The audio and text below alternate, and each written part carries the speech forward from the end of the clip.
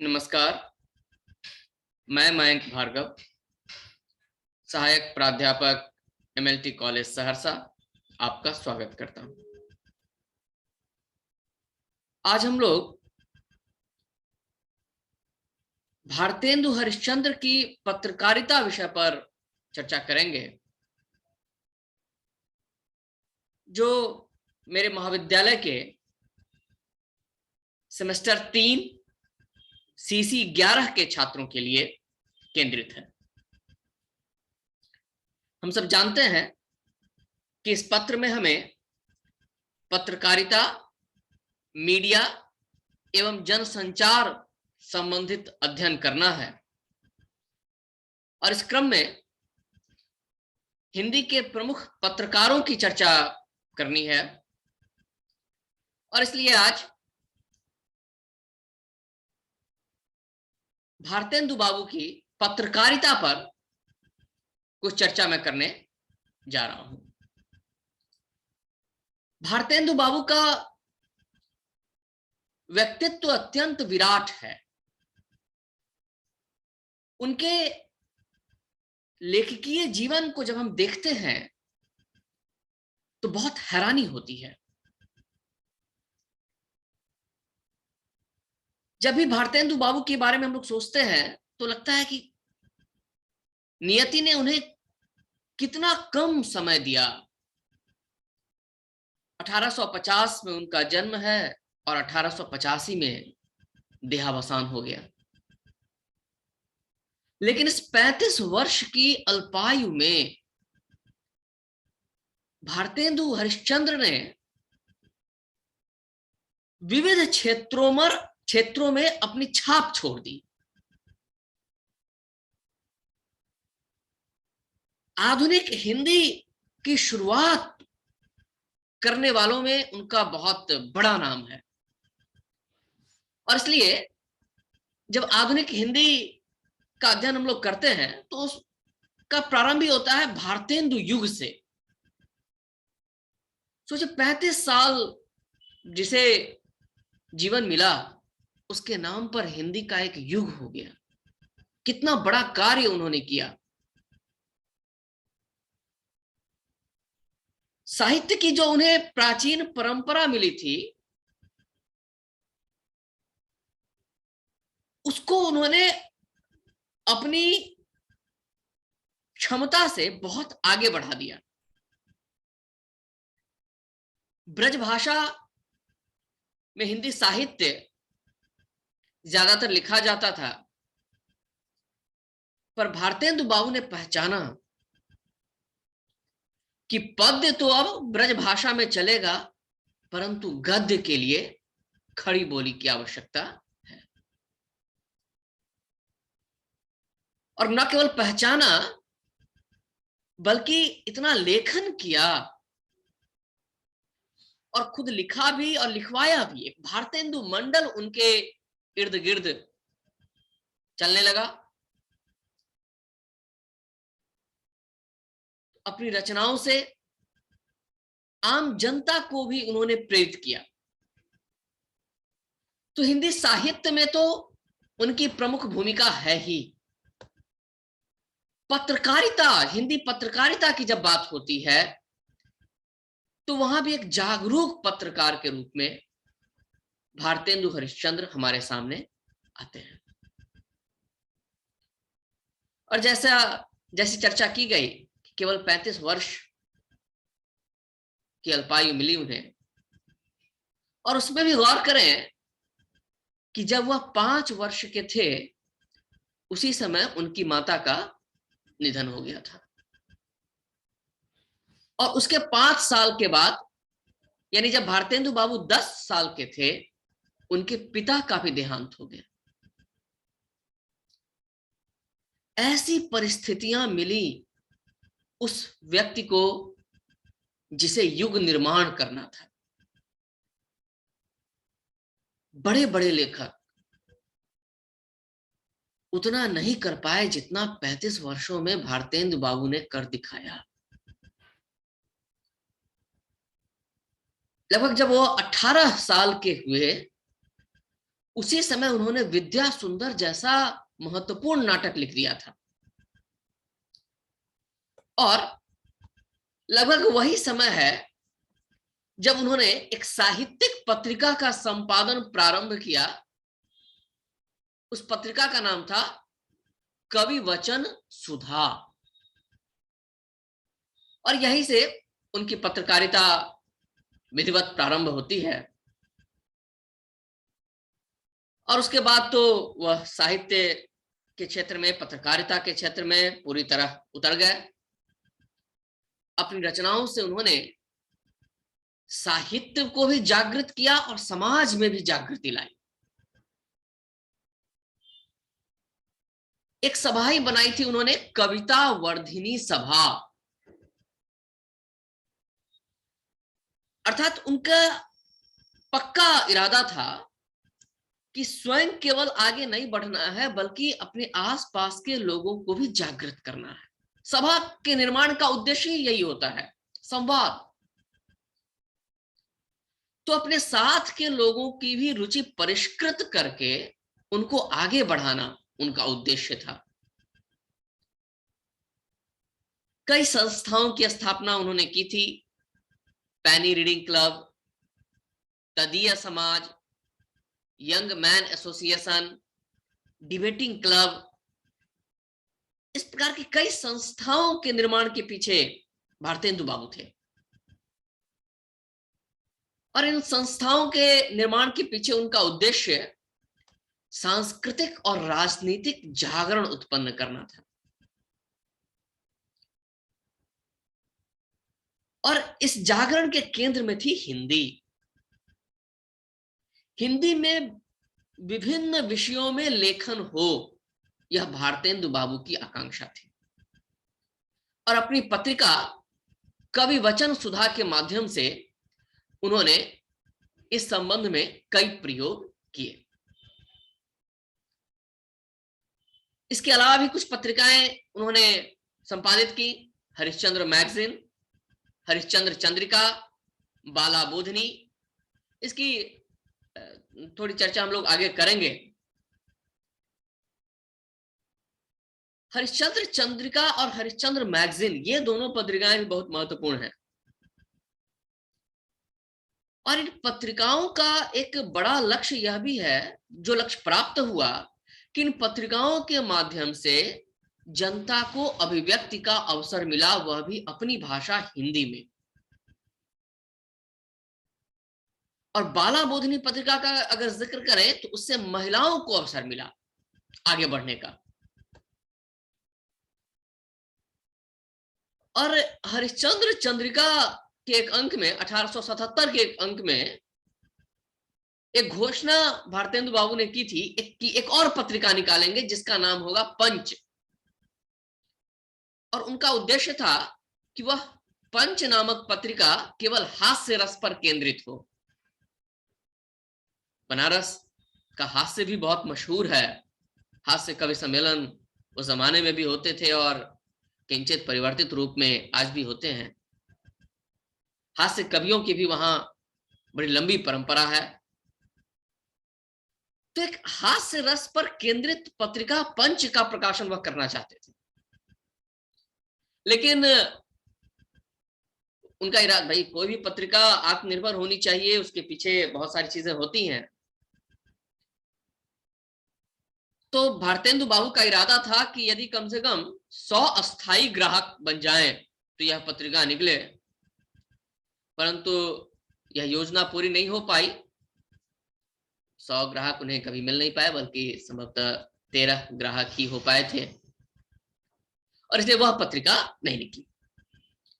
पर जो पत्रिका नहीं निकली, उस अवसाद को छोड़कर जो पत्रिकाएं उन्होंने निकाली उसकी चर्चा करें, जिनके माध्यम से तत्कालीन राजनैतिक सामाजिक परिस्थितियों में भारतेंदु बाबू ने समाज को जागरण का संदेश दिया। बार बार उसको कहना जरूरी है कि खुद भारतेंदु बाबू उत्कृष्ट कवि थे। नाटक लिखे उन्होंने बहुत सारे। हिंदी गद्य को जो प्रारंभ उन्होंने दिया, अप्रतिम योगदान है वह। इसके साथ साथ अपनी पत्रकारिता के माध्यम से लेखकों का जो मंडल तैयार किया उन्होंने, वह कार्य भी बहुत महत्वपूर्ण है। पत्रकारिता के कार्य को इसलिए रेखांकित करना महत्वपूर्ण है क्योंकि भारतेंदु बाबू देश की उस समय की दुर्दशा के प्रति पूर्णतः सजग और सचेष्ट थे। अपने रचनात्मक लेखन के माध्यम से भी भारत पर हो रहे शोषण, भारत की गरीबी, पराधीनता, इन सब की आवाज वह उठाते थे। और उनके रचनात्मक लेखन और उनकी पत्रकारिता, इन दोनों को यदि समग्र रूप में हम देखते हैं तो संदेह नहीं रहता कि भारतेंदु बाबू भारतीय नवजागरण के अग्रदूत थे। भारतेंदु के काल को यदि हम देखें तो उसमें ब्रिटिश प्रभुत्व चरम पर था। खुद भारतेंदु बाबू का परिवार राजभक्त परिवार माना जाता था और इसलिए भारतेंदु बाबू के लेखन में दोनों चीजें हैं।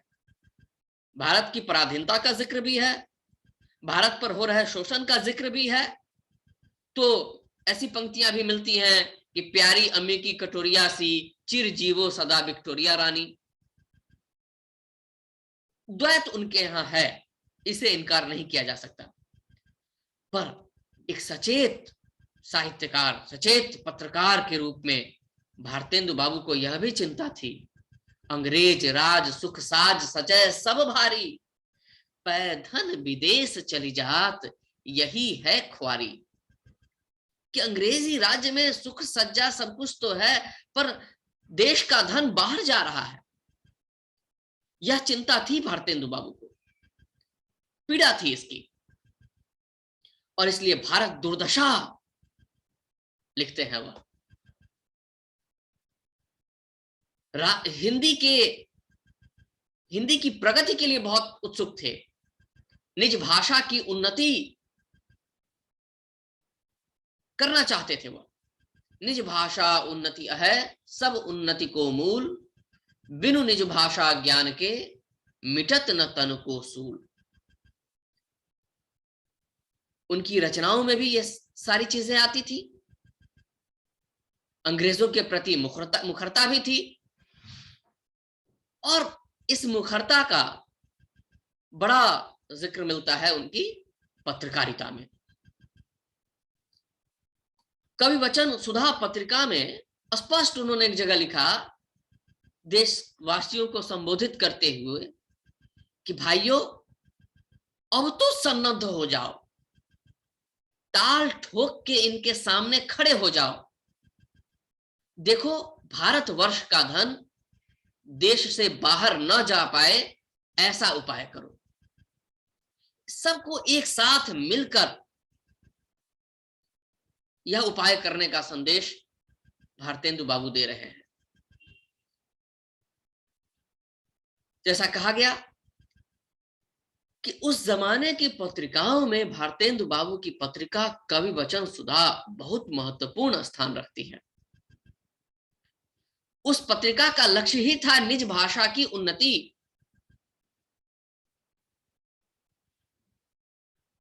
यह पत्रिका पहले तो महीने में एक दफा आती थी, मासिक पत्रिका थी, और बाद में यह पाक्षिक पत्रिका यानी 15 दिनों में एक दफा आने लगी थी।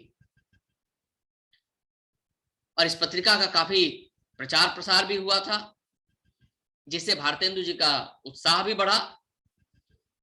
और शायद यही वह उत्साह था कि आगे चलकर यह पत्रिका साप्ताहिक बन गई, हर सप्ताह आने लगी, और बहुत महत्वपूर्ण लेखकों की रचनाएं कवि वचन सुधा में उस समय प्रकाशित हुई। लगभग हिंदी ही नहीं, हिंदी से बाहर भी के जगत में भी कवि वचन सुधा की खूब प्रशंसा हुई। यहां तक कि गारसा दत्तासी, जिन्होंने हिंदी साहित्य का इतिहास लिखा है, उन्होंने भी कवि वचन सुधा की नोटिस ली थी और उसका जिक्र किया था। लगभग 20 से 30 पेज की यह पत्रिका आती थी जब वह अपने साप्ताहिक रूप में थी, और एकदम बोल चाल की सहज हिंदी में वह पत्रिका छपती थी। और जैसा कहा गया कि उसका मुख्य उद्देश्य था भारतवासियों की स्थिति को उजागर करना, ब्रिटिश शासन में भारत की पराधीन स्थिति में जो अन्याय हो रहा था उस अन्याय का प्रतिकार करना उस पत्रिका के माध्यम से, यही उस पत्रिका का उद्देश्य था। और उस पत्रिका के बारे में एक और बात कहना बहुत आवश्यक है कि उससे हिंदी भाषा को बहुत बल मिला, क्योंकि वह भाषा के परिमार्जन का दौर था, बहुत शुरुआती दौर था, इसलिए हिंदी भाषा को एक रूप दिया उन्होंने। और यद्यपि जब वह पत्रिका साप्ताहिक हुई थी तो अंग्रेजी भाषा में भी रचनाएं उसमें आती थी। कुल मिलाकर यह कह सकते हैं कि कवि वचन सुधा के माध्यम से राष्ट्रीय भावना जागृत हुई।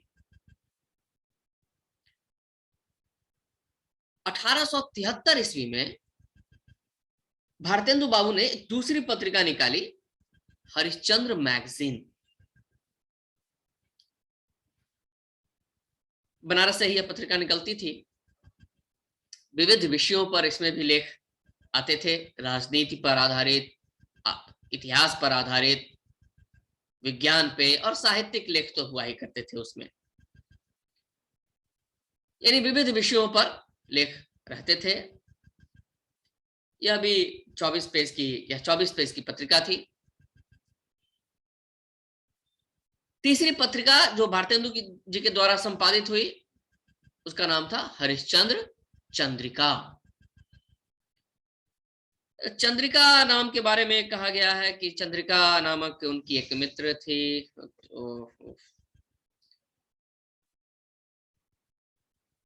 तो यह हरिश्चंद्र चंद्रिका मासिक पत्रिका थी, बल्कि जो हरिश्चंद्र मैगजीन पत्रिका निकलती थी बाद में वही उसी का नाम परिवर्तित होकर हरिश्चंद्र चंद्रिका हो गया था। इस खुद भारतेंदु बाबू के लेख भी छपते ही थे। इसमें पहले 28 पृष्ठ होते थे, बाद में 36 पृष्ठों की यह पत्रिका हुई। जब हरिश्चंद्र चंद्रिका के रूप में यह पत्रिका छपी तो चूंकि इसमें हरिश्चंद्र मैगजीन से पृष्ठों की संख्या बढ़ गई थी तो विविध विषयों पर और भी लेख इसमें प्रकाशित होने लगे और उसका भी बहुत प्रभाव पड़ा भारतीय जनमन पर। और इस पत्रिका का उल्लेख इसलिए भी करना आवश्यक है क्योंकि जो भारतेंदु बाबू की नाटिका थी प्रेम जोगिनी, वह हरिश्चंद्र चंद्रिका के ही प्रथम अंक में प्रकाशित हुई थी। और हरिश्चंद्र चंद्रिका में भी हिंदी की तरह अंग्रेजी के लेख भी प्रकाशित होते थे। एक और पत्रिका जो बहुत महत्वपूर्ण है, बाला बोधनी। 1 जून 1874 को बाला बोधनी पत्रिका का प्रकाशन हुआ था। नाम से ही स्पष्ट है, बाला बोधिनी अर्थात महिलाओं की को केंद्र में रखकर यह पत्रिका प्रकाशित होनी शुरू हुई थी और नामकरण के अनुसार महिलाओं की समस्या को इसमें प्रमुखता दी जाती थी। महिलाओं के लिए उपयोगी रचनाएं, चूंकि वह दौर महिला जागृति का भी था। स्त्रियों के लिए शिक्षा उस समय निषेधित थी बहुत मायनों में। आगे चल के महावीर प्रसाद द्विवेदी का ही एक प्रमुख लेख है, स्त्री शिक्षा के विरोधी कुतर्कों का खंडन। इस लेख के शीर्षक से ही यह समझ में आ जाएगा कि स्त्री शिक्षा के खिलाफ उस समय कितने तर्क दिए जाते थे, जिसका खंडन करने के लिए महावीर प्रसाद द्विवेदी को एक अलग से लेख लिखना पड़ा। इन वो जमाना स्त्रियों की शिक्षा के पक्ष में नहीं था। ऐसे समय में भारतेंदु ने स्त्रियों को केंद्रित कर कर एक पत्रिका निकाली, बाला बोधनी। हम समझ सकते हैं कि यह कितना बड़ा कार्य था। यह मासिक पत्रिका थी और इसका उद्देश्य ही था स्त्री पुरुष समानता। बाद में चलकर स्त्री पुरुष समानता पर जो बहुत विमर्श आगे हुआ, उसका हिंदी में बीजारोपण भारतेंदु बाबू ने किया था और इस पत्रिका के माध्यम से स्त्रियों को शिक्षित करना ही उनका विशेष उद्देश्य था। स्त्रियां जागरूक हो, यह भारतेंदु बाबू का उद्देश्य था। 8 से 12 पृष्ठों की यह पत्रिका छपती थी और इस पत्रिका ने भी अपने उद्देश्य को प्राप्त करने में सफलता प्राप्त की। इस प्रकार भारतेंदु बाबू ने न केवल साहित्यिक क्षेत्र बल्कि हिंदी पत्रकारिता के क्षेत्र में भी अप्रतिम योगदान दिया। पत्रकारिता के क्षेत्र में उनके इस योगदान को भुलाया नहीं जा सकता और इसलिए आज की यह चर्चा भारतेंदु बाबू की पत्रकारिता पर केंद्रित थी। आगे के संवाद में हम लोग दूसरे प्रमुख पत्रकारों की चर्चा करेंगे। आशा है आपको यह संवाद अच्छा लगा होगा। हमेशा की तरह आप अपनी प्रतिक्रिया भेज सकते हैं। जब तक कोविड का यह दौर फिर से लौट आया है, इसलिए हम लोग ऑनलाइन माध्यम से ही कक्षा में मिलने के लिए विवश हैं। आप सब स्वस्थ रहें, अपनी देखभाल भी निश्चित तौर पर करें। जब भी कमरे से बाहर निकलें मास्क आदि लगाएं और इस प्रकार हम लोग ऑनलाइन माध्यम से मिलते रहेंगे। आप सबको धन्यवाद देते हुए आज की इस कक्षा को मैं समाप्त करता हूं। धन्यवाद।